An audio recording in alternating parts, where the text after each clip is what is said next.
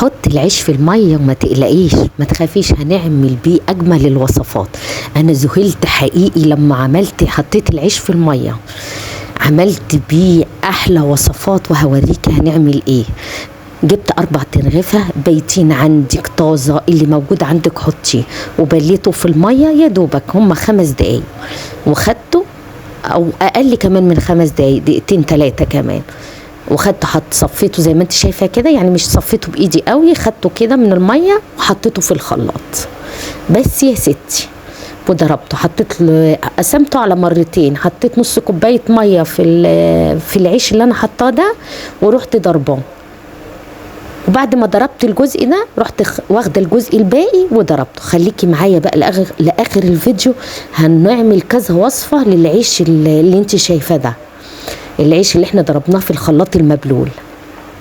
حطيت نص كوبايه اهي وضربته، هيتضرب معاكي في منتهى السهوله في الخلاط.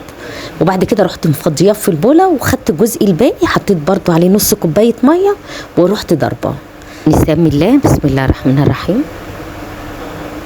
هنوفر يا ستي، ولا هنستخدم دقيق ولا حاجه، اللي موجود عندنا هنعمل بيه، وهنعمل بيه احلى بيتزا كمان.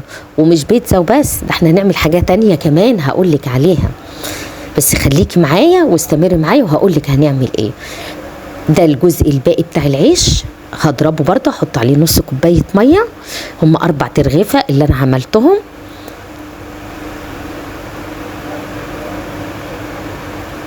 تضربيه وتنعميه قوي بس يا ستي، احنا ولا هنسيبه يخمر ولا حاجه، هنحطه ونشتغل على طول.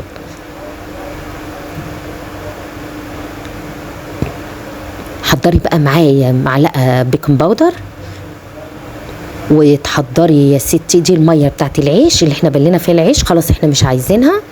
هنحضر بقى معلقه بيكنج باودر، شايفه انا عايزاه السمك اللي انتوا شايفينه ده، السمك ده اهو، بوريكم السمك بتاعه. خدت جزء بقى وشيلته في كوبايه زي ما انت شايفه كده، عشان اعمل بيه وصفه تانية. بعد ما نخلص الوصفه دي هقولك هنعمل بيه ايه. خدت جزء كده بسيط بتاع نص كوبايه اللي انت شايفاها الطويله اللي هناك. حطيت يا ستي نص كوبايه سمنه، اقل من نص كوبايه سمنه على الخليط اللي انا عاملاه ده، اقل كده يعني ما بين الربع والنص. ورحت جايبه بيضتين بدرجه حراره المطبخ وضربتهم. بتضربيهم الاول في الطبق،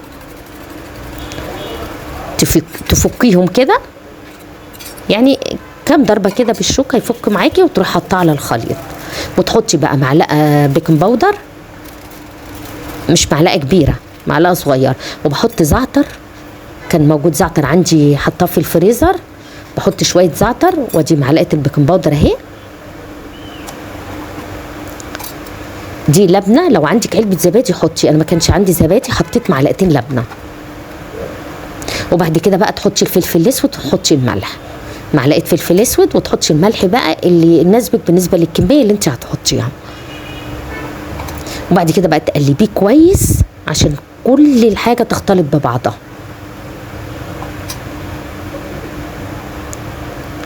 حطينا الفلفل الاسود اهو، ورحت حاطه لهم ايه شويه ميه صغيره تاني. لقيت العجينه تقيله شويه، رحت حاطه شويه ميه. شايفه بقت السمك اللي انت شايفاه ده. هنجيب بقى طاسه ونحط فيها معلقه سمنه وندهنها زي ما انت شايفه كده. هنعمل يا ست بيتزا سايله بالعيش البايت، وهتطلع جميله قوي قوي قوي، وهتعجبك جدا. هي ليها طعم غريب كده، ما تقوليش كريم كراميل، معرفش، مش هتلاقيها طعم عجينه البيتزا، لا ليها طعم مميز، بس طعم حلو قوي، طعم هيعجبك جدا. حطيتها على النار عاليه شويه، الطاسه تسخن، ورحت موطيه النار على الهادي. بعد كده بقى نسيبها بقى مع نفسها تستوي. انا عملتها على الشعله من فوق، ما حطيتهاش في الفرن. جبت الهوت دوج وقطعته زي ما انتم شايفين كده، جبت 3 وقطعتهم بالطريقه دي زي ما انت شايفه كده، كان متلج.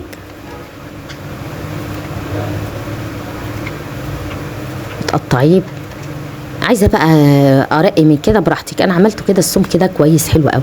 وجبت بصلايه وسط وقطعتها زي جوانح كده، وجبت فلفل الوان حمراء وصفراء، وجبت فلفل حامي حبيتي تستبدلي الفلفل الحامي بفلفل رومي اخضر حطي، انا حبيت احط فلفل حامي بيديها طعم حلو قوي.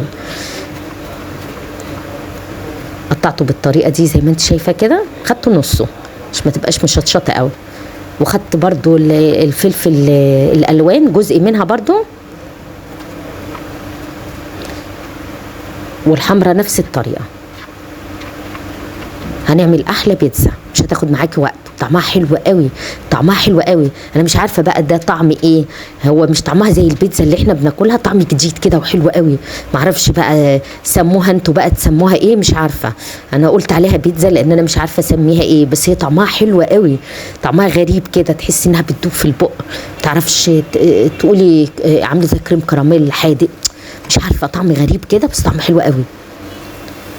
جبت السجق وحطيته في معلقتين سمنه واديته تشويحه كده، الهوت دوج مش السجق معلش، واديته تشويحه كده. وبعد كده حطيت البصله اشميت ريحتها كده، وبعد كده رحت حاطه الفلفل الالوان وحاطه التوابل بقى، فلفل اسود وحطيت الزعتر وحطيت الملح وشويه بهارات وحطيت شويه دبس رمان، وجبت طماطمايه وسط كده ورحت مقطعها عليهم، وجبت فصين توم وحطيتهم عليها واستووا بقى، قلبتهم كده واستووا. وادي البيز ده اهي اللي انا حطيتها على النار، قلت لكم احطها على نار واطيه اهي، استوت معانا. بدات بقى اروح، انا جبت كاتشب، ما كانش عندي صلصه بيتزا، حطيت كاتشب عليها. لو انت عندك صلصه بيتزا حطي، انا كنت مستعجله حقيقي فقلت ايه هتاخر في عمايلها، فرحت عاملاها بالكاتشب، بس طالعه طعمها حلو قوي. وبعد كده حطيت الجبنه الموتزاريلا عليها بعد ما حطيت الخليط كله. عندك بقى انواع الجبن اللي تحبيها حطيها، بس حقيقي كان ده طعم مميز كده حلو قوي زي ما انا قلت لك. جربي كده ومش هتخسري حاجه، بس طعمها حلو قوي. وبعد كده كان عندي زيتون كده، كام زيتونيه حطيتهم وسبتها بقى شويه كده تسيح الجبنه مع بعضها كده مع الخليط اهي، استوت خلاص خلصت. بقطعها لكم اهي بقى، وهنشوفها وهي سخنه كمان، يعني لسه طافيه عليها حالا، ما سبتهاش ترتاح. بقطع بالراحه بس عشان الطاسه بس ما تتجرحش من السكينه. شايفه طريه ازاي؟ اوريها لكم بقى في الطبق اهي. انا ايدي ما قدرتش تستحملها امسكها، قلت احطها في الطبق اوريها لكم. شايفه دايبه ازاي؟ دايبه وحلوه قوي، طعمها ليها طعم مميز كده زي ما انا قلت لك. جبت بقى الجزء اللي انا كنت حاجزاه في الكوبايه، حطيت عليه بيضايه بدرجه حراره الغرفه، ورحت مقلباها بقى بيكنج باودر، حاطه لها معلقه برده بيكنج باودر صغيره وقلبتها حلو، وحطيت لها بقى شويه زعتر ومعلقه سمسم وشويه فلفل اسود. ياه ما اقولكيش على الطعم تحفه، وشويه ملح بقى، لا كان حقيقي تحفه تحفه تحفه. دي بقى اقول لك 200 من 100، طعم خطير يعني، حاجه حكايه يعني. وحطيت لها معلقه نشا، انا حطيت معلقه النشا وانا بدات اما جيت احمر، انا نسيت احطها، اوريها لكم دلوقتي وانا بحطها. طبعا انا سلقته الاول، اديته سلقه كده 5 دقايق، وبعد كده حطيته في العصيان زي ما انت شايفه كده، يعني سويته على النار كده 5 دقايق في ميه، غلي 5 دقايق، ورحت بعد كده شيلته وقطعته كل واحده على 3 زي ما انت شايفه كده. جيت هنا بقى حطيت معلقه النشا زي ما انت شايفه كده، ياه معلقه النشا ادت قرمشه وطعم حلو قوي. وبعد كده غطستها كده زي ما انت شايفه كده، واخد واحط في الزيت بعد الزيت ما يتقدح. طعمها تحفه تحفه بجد بجد بجد حكايه. انا ما اعرفش انها تبقى جميله كده، الوصفه دي حقيقي انا ما شفتهاش حد عاملها، انا اللي عاملاها حقيقي، ما شفتهاش ولا هقول لك شفتها على النت ولا حاجه، انا اللي عملتها. حكايه العيش المبلول وعملته بالطريقه دي وعملته بيتزا، ما حدش عملها حقيقه قبل كده، ما شفتش، ما اعرفش بقى ان كان حد عملها ولا لا، بس انا ما شفتش حد عملها اهي. شايفه جميله وطعمها حلو قوي، مقرمشه، سمعت القرمشه خطيره بجد، بالهنا والشفا.